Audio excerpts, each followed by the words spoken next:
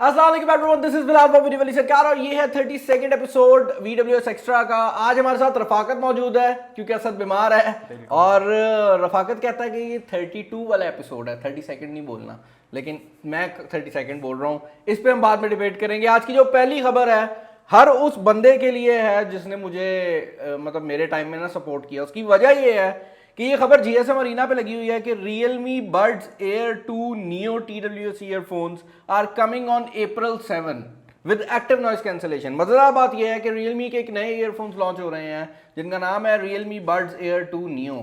पता ही है लॉन्च कहाँ पे हो रहे हैं? ये जो April 7 को सेल है, ये पहली सेल लग का रही है, ये लग रही है saman.pk के ऊपर और ये खबर कवर की हुई है GSM अरीना ने। मुझे नहीं पता कि हम यहाँ तक कैसे पहुंचे हैं, आप लोगों की सपोर्ट रही है। मुझे पता है कि मेरी टीम ने भी काफ़ी ब्लंडर किए हैं, मैंने भी काफ़ी ब्लंडर किए हैं, लेकिन आप लोगों ने काफ़ी सपोर्ट किया है। अगर किसी के साथ कभी कोई मसला आया सामान वाले एंड से तो मैं उससे अपोलोजाइज भी करना चाहूँगा, मुझे आप ईमेल वगैरह भी कर सकते हैं। लेकिन भाई यहाँ तक आप लोगों ने पहुँचाया है तो ऑनेस्टली स्पीकिंग सिर्फ थैंक यू करना चाहूँगा। और Realme Buds Air 2 और Air 2 Neo दोनों लॉन्च हो रहे हैं, हमारे पास यहीं पर मौजूद है। इंशाल्लाह उनकी जो वीडियोस हैं वो भी पोस्ट हो जाएंगी मेन चैनल के ऊपर और ये बहुत क्रेजी प्राइसिंग में आने वाले हैं। और इनका जो प्राइस टैग लॉन्च पे होगा वो प्राइस टैग होगा जो इसके बाद कभी भी नहीं आएगा। लाइक ये जो अपने ऑफिशियल प्राइस होगी स्टार्ट पे, सेल प्राइस जो पहली सेल प्राइस होगी वो रिटेल प्राइस से कम होने वाली है। तो ये बड़ी एक इंटरेस्टिंग चीज़ होने वाली है और आई होप कि ये जो सेल है सक्सेसफुल रहे। ये 7 तारीख को 5 बजे जो है सेल लाइव होगी, मैं उससे पहले वीडियोस वगैरह लगा दूंगा तो आपको पता भी लग जाएगा। भाई अगली खबर जो है वो भाईजन प्लांट बेस्ड मीट के रिलेटेड है, उसका आइडिया है तुझे? नहीं मैंने बस डॉक्यूमेंट्रीज वगैरह देखी थी, मतलब लैब में मीट वगैरह तैयार। तो बेसिकली गेम ये चल रही है कि इंटरनेशनली ये चीज़ नोटिस की गई है कि सबसे ज़्यादा जो पोल्यूशन क्रिएट हो रहा है वो हो रहा है उन गैसेस से जो क्रिएट होती हैं जब हम जानवरों को रेज करते हैं। यानी कि जो कैटल वगैरह है, जब आप बीफ बनाते हो तो ऑब्वियसली हम लोग तो बीफ खाते हैं, हम सोचते हैं कि अच्छा ठीक है ये जानवर है इससे हम खा रहे हैं, लेकिन वो जानवर अपने पूरे लाइफ साइकिल में जितनी ज़्यादा गैसेस को एमिट करता है वो सबसे ज़्यादा बड़ा मसला बनी हुई है। और क्योंकि इंसान बहुत ज़्यादा गोश्त खाते हैं तो उसकी वजह से अब इस चीज़ का अल्टरनेटिव देखा जा रहा है कि लोगों को ज़्यादा गोश्त से दूर किया जाए।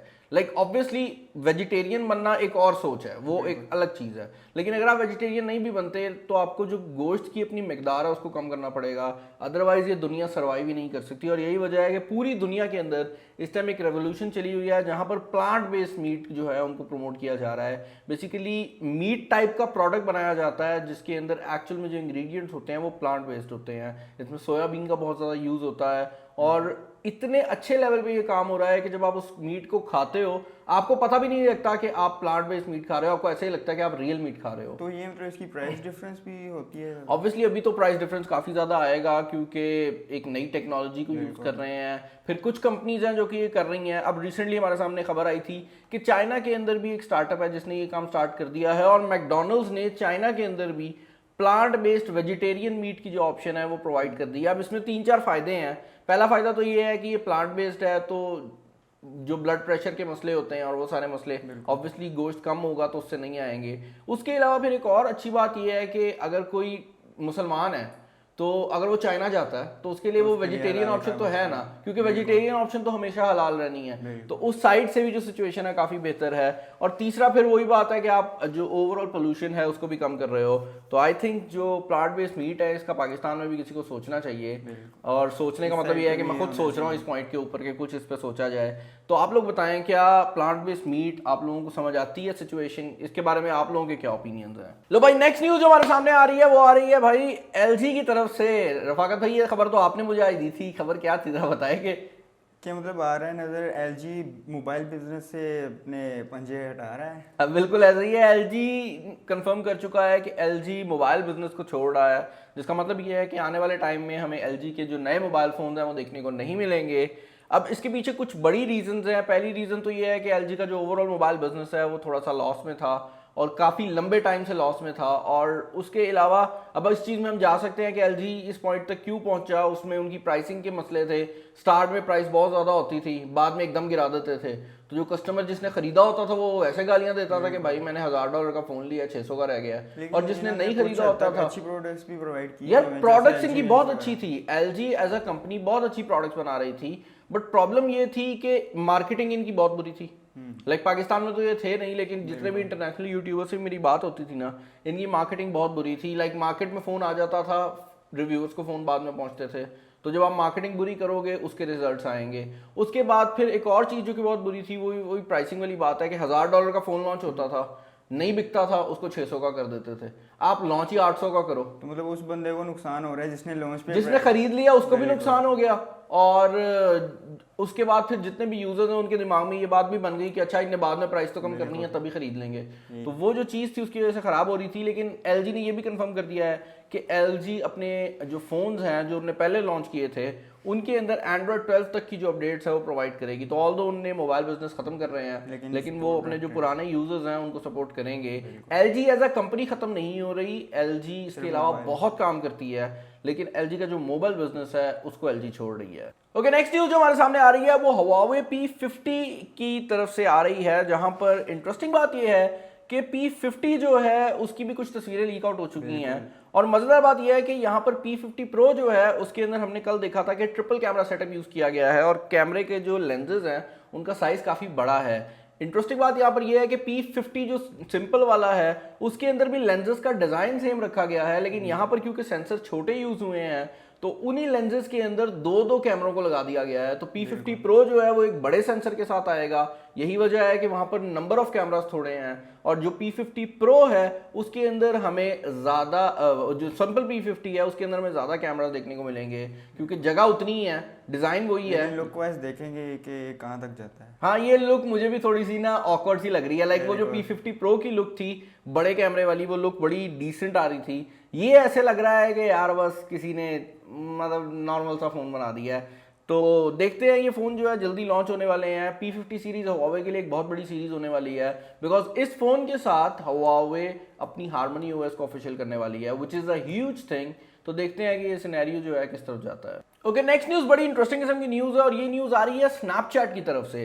वेल, कुछ टाइम पहले हमने आपको खबर प्रोवाइड की थी कि एप्पल अपनी iOS 14.5 के साथ बहुत ज़्यादा प्राइवेसी के जो फीचर्स हैं उनको सेटअप करने वाला है। और उस प्राइवेसी के फीचर्स को ऑन करने के बाद काफ़ी ऐसी ऐप्स हैं जिनको मसले होने वाले हैं, क्योंकि एप्लीकेशंस बहुत ज़्यादा डेटा कलेक्ट करती हैं। जितने भी सोशल मीडियाज हैं, वो फेसबुक हो, स्नैपचैट हो, इंस्टाग्राम और फेसबुक को ही सबसे ज़्यादा इंस्टाग्राम और फेसबुक को इशू हुआ था। लेकिन मज़ेदार बात यह है कि स्नैपचैट, जिसके बारे में जनरली ये नहीं कहा जाता कि वो प्राइवेसी को ख़राब करते हैं, उनके अभी एक इंटरनल डॉक्यूमेंट जो है वो लीक आउट हुआ है, जिसके अंदर ये चीज बोली गई है कि हम किस तरह से इसको बाईपास कर सकते हैं। तो बेसिकली वो नए तरीके ढूंढ रहे हैं कि डेटा भी कलेक्ट किया जाए और एप्पल की ये जो प्राइवेसी पॉलिसी है इसके साथ भी चला जाए। तो कोई ऐसा तरीका बाईपास करने का, ऐसे इन्हें नुकसान वगैरह तो काफी होगा। यार, बाईपास करने का नुकसान नहीं होगा। बेसिकली गेम ये है कि इस पॉइंट के ऊपर एप्पल ये कहता है कि आपके मोबाइल फोन के अंदर अगर कोई सॉफ्टवेयर कोई भी इंफॉर्मेशन कलेक्ट कर रही है तो वो बता के करे, यूजर को पता हो, यूजर उसको अलाउ करे तो वो इन्फॉर्मेशन कुछ ऐसा करेंगे कि यूजर को लगेगा नहीं। लेकिन नहीं, ये जो करना चाह रहे हैं ये करना चाह रहे हैं कि ठीक है, आपका जो डेटा है वो हम डिफरेंट एरिया से कलेक्ट करेंगे। तो किसी वेबसाइट से थोड़ा सा डेटा उठाया जाएगा, थोड़ा सा डेटा उठाया जाएगा आपके स्नैपचैट अकाउंट से, और उसके बाद प्रोबेबिलिस्टिक मैचिंग को यूज किया जाएगा। बेसिकली प्रोबेबिलिटी को यूज किया जाएगा जो कि मैथ का एल्गोरिदम होता है, और प्रोबेबिलिटी की बेस पे अंदाजा लगाया जाएगा कि ओके ठीक है, ये जो डेटा है ये इस बंदे से मैच करता है। ये अभी भी मुझे मुश्किल हो रही है, प्रोबेबिलिस्टिक मैचिंग। तो ये गेम जो है ये की जाएगी, और इस पॉइंट पर हर कंपनी जो है वो एप्पल के इस सिस्टम को बाईपास करना चाह रही है, लेकिन एप्पल अपनी जगह पे टिका हुआ है, जो कि एक बहुत अच्छी बात है। और प्राइवेसी जो उनके यूजर्स की है वो बहुत ज़्यादा बढ़ने वाली है, और फेसबुक का सबसे ज़्यादा मसला होगा। बिल्कुल। नेक्स्ट न्यूज हमारे सामने आ रही है वो सैमसंग इंडिया की तरफ से आ रही है, जहां पर सैमसंग इंडिया ने 2 नई डिवाइसेस को लॉन्च किया है। एक गैलेक्सी F12 के नाम से आ रही है और दूसरी डिवाइस का नाम है F02s। अब इंटरेस्टिंग बात यह है कि F सीरीज जो इंडिया के अंदर लॉन्च होती है, ये पाकिस्तान के अंदर अभी के लिए अगर आप M सीरीज की बात करते हो तो उसके नाम से आती है, और M12 वाली जो डिवाइस है वो बेसिकली लॉन्च हुई है इंडिया के अंदर एज F12। तो ये चीज़ हम बहुत ज़्यादा देखते हैं कि पाकिस्तान के अंदर वही डिवाइसेस M सीरीज के नाम से आती हैं। लेकिन मुझे आज तक इस चीज़ की समझ नहीं है कि मतलब डिफरेंट कंट्रीज में ये नेम क्यों चेंज कर देते हैं। एग्जैक्टली, ये बड़ा अच्छा क्वेश्चन है। बेसिकली गेम ये होती है कि जब आपने मार्केटिंग करनी होती है तो अगर आप M सीरीज को पाकिस्तान में मार्केट कर रहे हो कि इसकी बैटरी बहुत तेज है, हो सकता है इंडिया के अंदर आप उसकी बैटरी को नहीं, आप उसके कैमरा को मार्केट करना चाह रहे हो, तो उस पॉइंट के ऊपर मार्केटिंग में बहुत मसला आ रहा होता है, क्योंकि आपने पूरी पाकिस्तान में अगर मार्केटिंग चलाई है उसकी बैटरी के ऊपर, तो जब आप उसको कैमरे के लिए मार्केट करोगे लोगों के माइंड में वही चीज बनी है, क्योंकि दोनों रीजन जो है वो इंटरनेट के ऊपर तो मौजूद है, तो वो क्रॉस रीजन पोस्टिंग हो जाती है।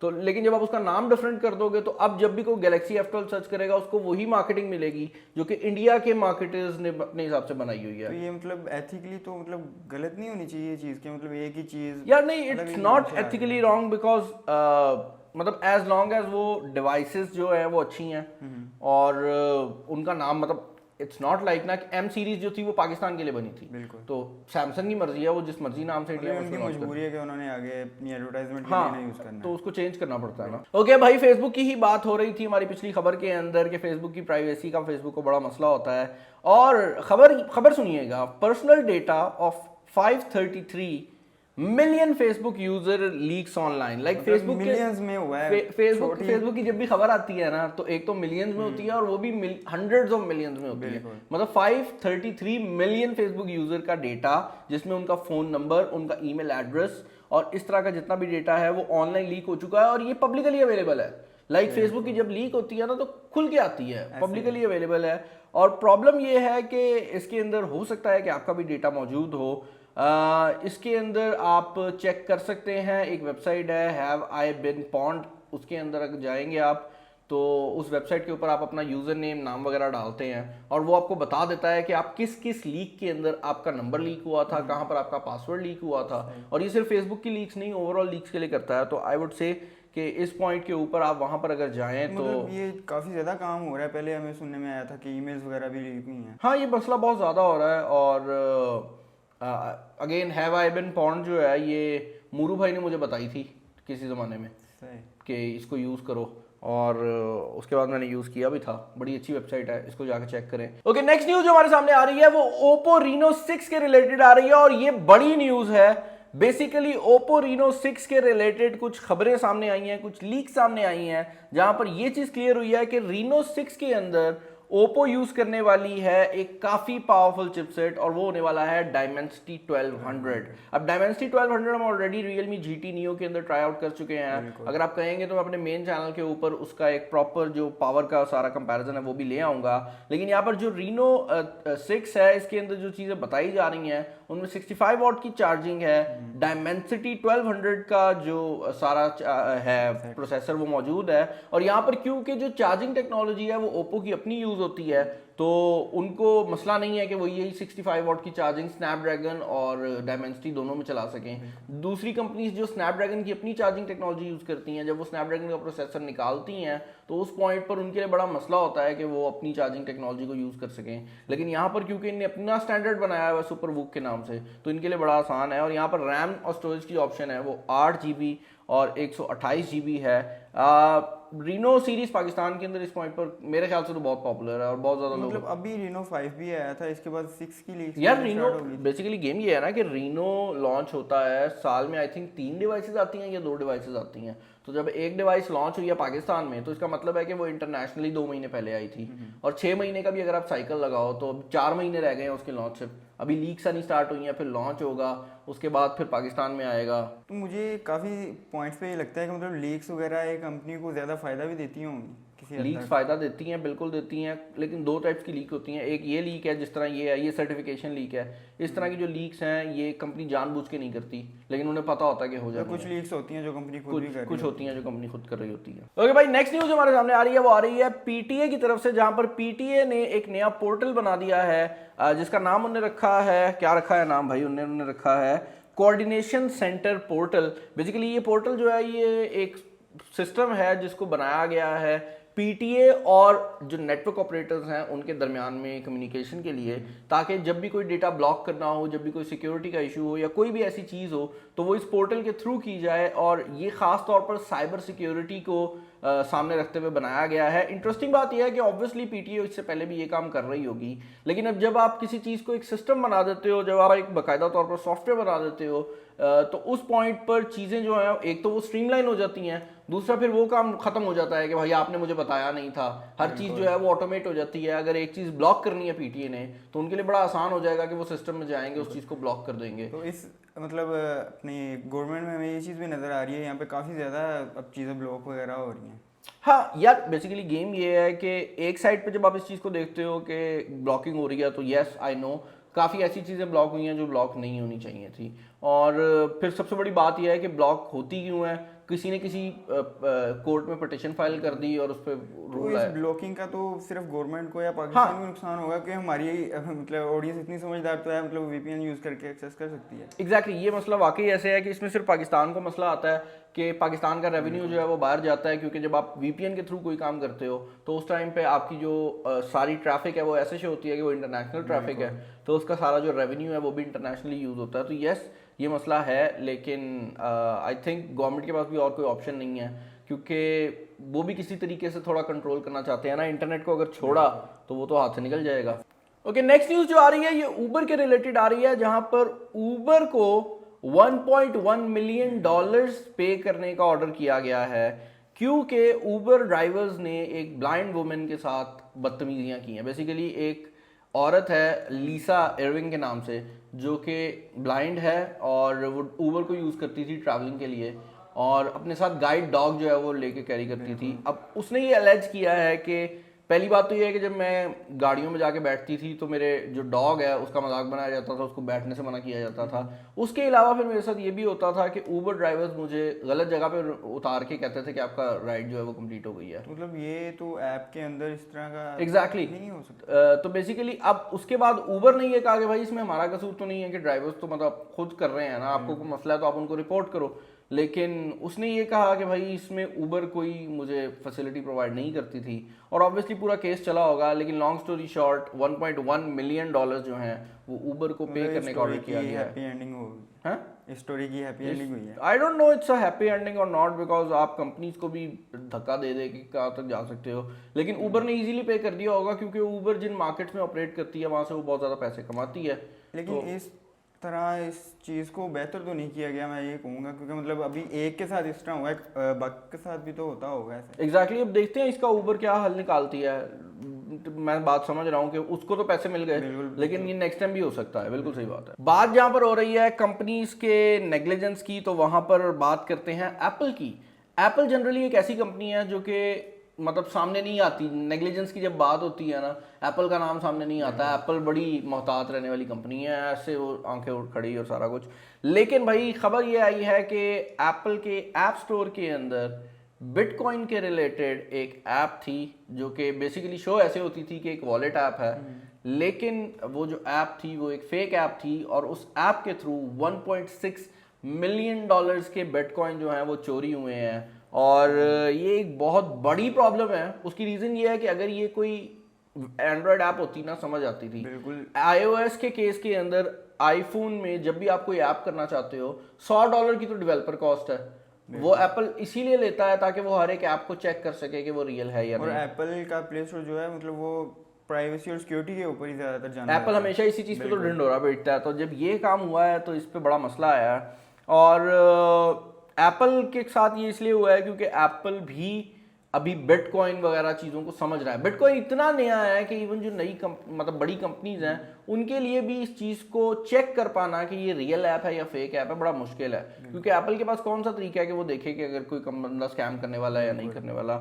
लेकिन एप्पल को स्पेशली इस चीज़ को ख्याल में लेकर आना पड़ेगा कि जितनी भी ऐप्स पैसे को डील कर रही हैं बैक एंड पे, उनको चेक किया जाए, उनको वेट किया जाए, देखा जाए कि कौन बंदा उस ऐप को चला रहा है, कौन बंदा उसको यूज़ कर रहा है। क्योंकि इतने ज़्यादा पैसे अगर जाएंगे तो लोगों का जो एप्पल इकोसिस्टम है उससे जो यकीन है वो उठ जाएगा, क्योंकि लोग एप्पल खरीदते ही इसलिए हैं कि वो ज़्यादा सिक्योर होता है। और मतलब इस चीज़ को देखते हुए अब एप्पल को थोड़ा सा ज़्यादा अपनी सिक्योरिटी की तरफ जाना पड़ेगा। बिल्कुल ऐसे है। ओके, नेक्स्ट न्यूज़ जो हमारे सामने आ रही है ये गूगल मैप्स के एक नए फीचर के रिलेटेड आ रही है, जो कि बड़ा इंटरेस्टिंग भी है और किसी हद तक थोड़ा सा मुझे डरा भी रहा है। लाइक गूगल को पहले ही बड़ा कंट्रोल हमने दिया हुआ है। गूगल मैप्स के अंदर एक नया फीचर जो है गूगल उस पर काम कर रही है, जहाँ पर अब क्या होगा कि अगर आपने ग्रोसरी पिकअप करनी है तो आप एक स्टोर को सिलेक्ट करोगे, आप अपना जो भी ऑर्डर है वो डालोगे और आपको नो कॉन्टैक्ट पिकअप की जो फैसिलिटी है वो देखने को मिल जाएगी, जिसका मतलब ये है कि जब आप स्टोर पहुंचोगे ऑटोमेटिकली आपकी लोकेशन की बेस पे स्टोर को अलर्ट कर दिया जाएगा कि आप स्टोर पहुंच चुके हो, आपका जो सामान है वो बाहर लेकर आया जाएगा, आपकी जो पेमेंट है वो क्रेडिट कार्ड से कटेगी, आपको स्टोर में जाने की जरूरत नहीं है, आपको कुछ ऑर्डर करने की जरूरत नहीं है, बस ऐप से जो है ऑर्डर कर दो और आपकी जो लोकेशन है उसकी बेस पे आपका जो ऑर्डर है वो आप तक पहुंच भी जाएगा।